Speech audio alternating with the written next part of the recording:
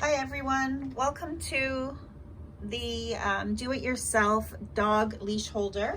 I'm going to start off by saying I've put a piece of plastic down. I just use saran wrap just to keep my work area clean.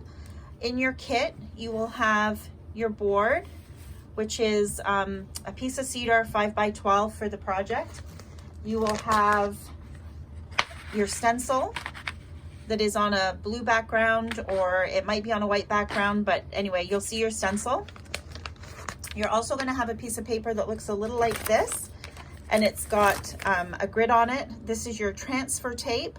They might not be exactly the same. I'm just sending what I have, and I'm making sure that when I send it, it's new. I reuse mine, so you can actually save it and reuse it for another project later. And then we also have the tail, and when we get to part 2, I will have the screws for this, so I'll show you how to do this all in one video. I don't know if I can pause these videos, so it might be a step 1 and a step 2, but we're going to get started on step 1. So the first thing you want to do is you're going to take your template, which is your stencil, and you're going to take your transfer paper. And what you're going to do is you're going to lay that transfer paper over your stencil, push it down by hand, and then in your kit I've given you what looks like a credit card, but I have a special tool that I use. It works exactly the same as your credit card, so you're just going to go ahead and do the same thing. You're just going to lay your credit card there, and you're going to press down hard on it, get all the bubbles out, and make sure that the transfer paper is sticking to your stencil. And then what I do, just to make sure that it comes off properly, I just flip it over, and I'm going to just do it a couple times on the back just to make sure. Your next step, once you've done that one's pretty easy, you're going to start to try and peel the paper. And what you want to do is you want to peel the blue paper away from the stencil, so that on your transfer paper all you should have now is the stencil that you're working with. When you get to the name, you just want to make sure that nothing sticks, because every once in a while the little pieces will stick. If that's the case, you just want to fold it down, go back over it again a few times really hard, and then again peel back. I try to peel back on a 45-degree angle, and it usually comes off nicely the first time. Then what you do, you take your piece of wood. I'm just going to lift my stencil up here. Take your piece of wood. Let's try and get that into the picture there for you. And I'm going to lay my stencil on my wood. So the stencil is the same size as the wood in this case. So I'm just going to line it up so it's nice and square on the piece of wood. And you can just lay it down just gently. You can still move it around. Once it's in place, you're going to take your scraper again, and now you're going to scrape it onto the wood. And you want all the little bubbles out of it as best you can while the transfer tape is on, otherwise you'll rip your stencil. So once that's done, again, you're going to take the stencil, you're going to peel it away from the wood now, and your stencil is going to be stuck onto your wood. Now, like I said, you can save this. So what I do is I just fold it in half, seal it to each other, and this you can save for another project later on. So you can either do a stencil yourself if you have a Cricut machine. What I'm doing is, I don't know if you can see, there's a few bubbles in here. I'm just pressing down with my finger to get those bubbles out, because I want this as straight as I can, so that it doesn't bleed. So just nice and hard with your hand over the whole thing, all around the edges. Make sure that it's all down nice and flat. Once it's all flat on there, what you want to do is you want to take your paint, and I've given you little containers of paint enough to do your project. I use it full strength.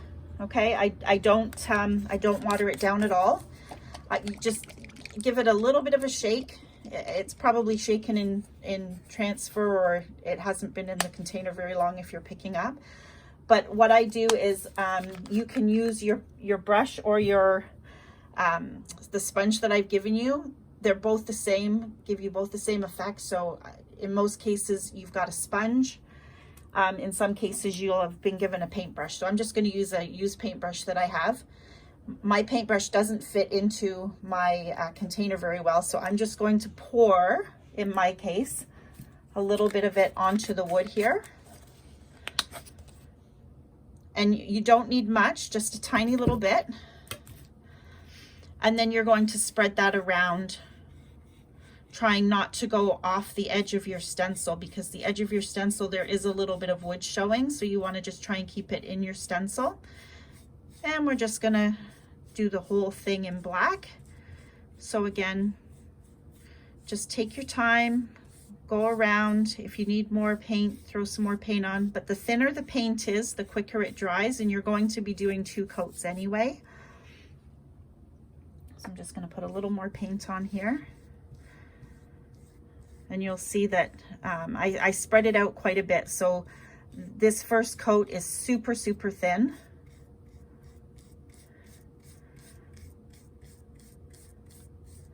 And then I'm going to pull off any excess paint, because I don't actually want, I don't want thick paint. I don't want to see brush lines, anything like that. If you have brush lines in the first go around, you will have them in the second go around. They don't disappear. They'll just get thicker in the second time around. So I'm just going to smooth all this out, get all my excess paint off, and I'm using a baby wipe.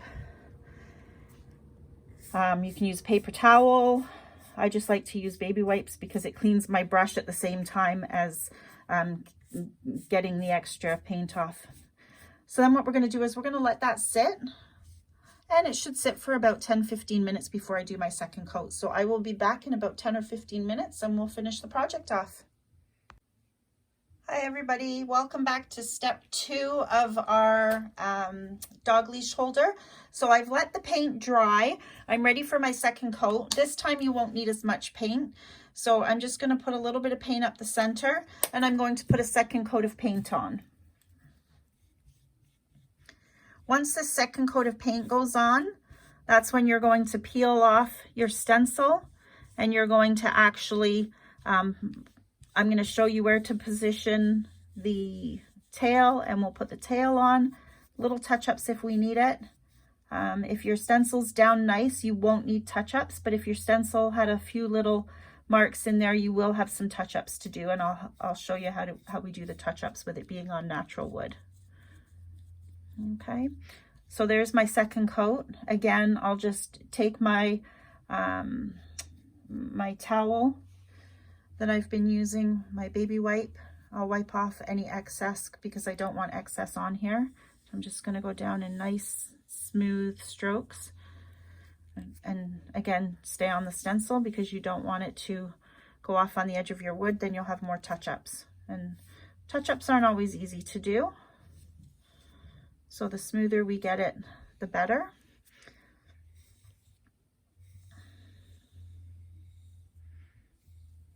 Okay, and we will be back for part 3. Thank you. Okay, so it's been about half hour, 45 minutes. Everything is completely dry now. So the next step is to pull off the stencil. So what I'm going to do is I'm just going to grab a corner here, and I try to pull it off with the grain or against the grain, just so that it doesn't pull the grain. So kind of the grain goes up and down. You want to try and pull it sideways so that it doesn't pull the grain. And then on this side, just kind of bring it in this way. But everything's dry, so you won't get paint all over your hands at this point. Okay, and we have a little bit of touch-up to do, but not much.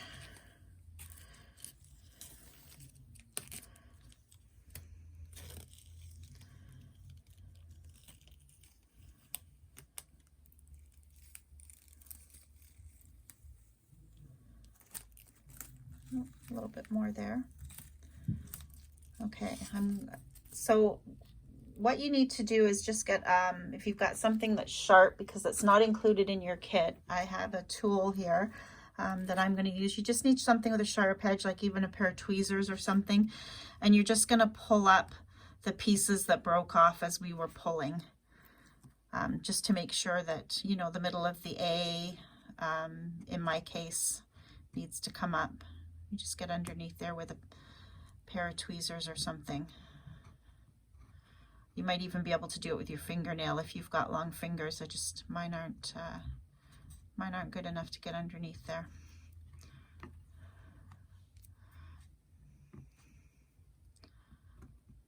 Okay, so you're just going to pull it on the edge. Just pull that up. So I've got two spots here that I don't like the look of, that I'm just going to try and fix up. So there's one here and one here. Now I'm going to start with an alcohol base and a Q-tip. So that would be your best start. I don't have any Q-tips handy, so I'm just going to use a piece of paper towel. And if you've got some rubbing alcohol or some nail polish remover, that will work. I'm just using rubbing alcohol for mine. Again, not included in your kit because most cases you won't have the touch-ups to do.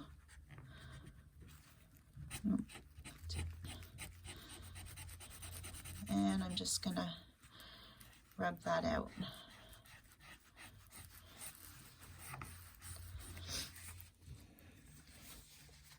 Now it's important that you have it on something here because like you see, it's going to take out all the color, and you don't want to take out the color that you've already painted. You just want the color off of where you didn't want it. And it will dry back to the clear wood for you. So I would suggest a Q-tip and some rubbing alcohol, just so that you have the precision there. Okay, I'm going to let this dry. I'm going to do the other one off camera. So do your touch-ups, and then once your touch-ups are done, on the back you want to put your fasteners so that it can go to the wall. So you're included 2 fasteners, and 2 screws are included with that for you. What I do is I take a ruler, and I'm just going to mark off the width of the ruler, is how I normally do it. And I'm just going to mark off 1 inch on either side. And then I know that each of them are in 1 inch and down the width of the ruler. You're going to take the circle and you're going to place that over the dot that you've made. And then you're just going to screw those into place.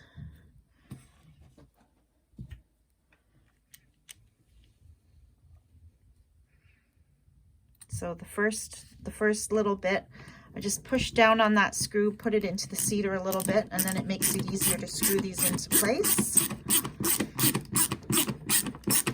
So there's one.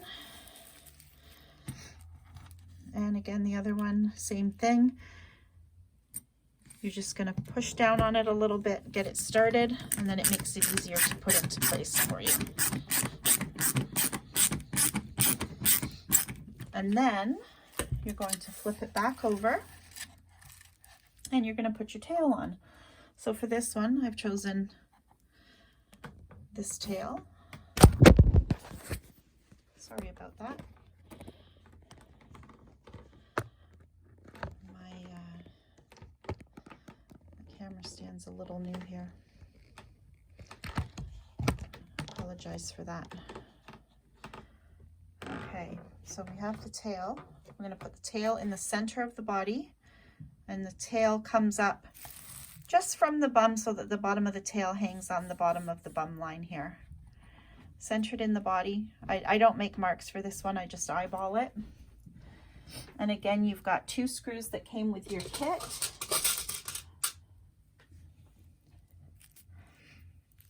And we're going to screw those in place.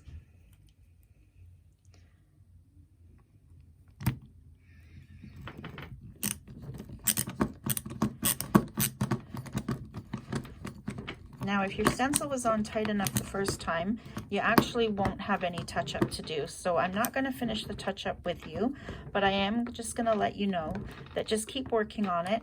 It will touch up with the alcohol. It will rub off quite nicely. Another thing you might do is if you've got like a little sander, you can take a little bit of a sander and do it with the sander as well.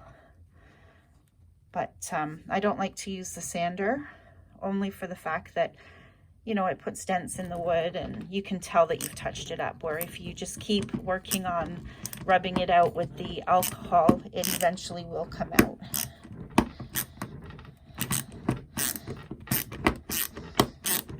So I don't think I had the right screwdriver for that, but there we go. And there you have it, your finished product. Okay, thanks for watching, and I hope you order some more DIY projects off me, and I hope you've enjoyed doing this. It's been great teaching everybody how to do it, and I'm going to be doing a different one each month if you'd like to subscribe to our monthly package. The monthly package is $40 a month, but you get a much bigger sign, and like I said, we'll do a different one each month. Thank you.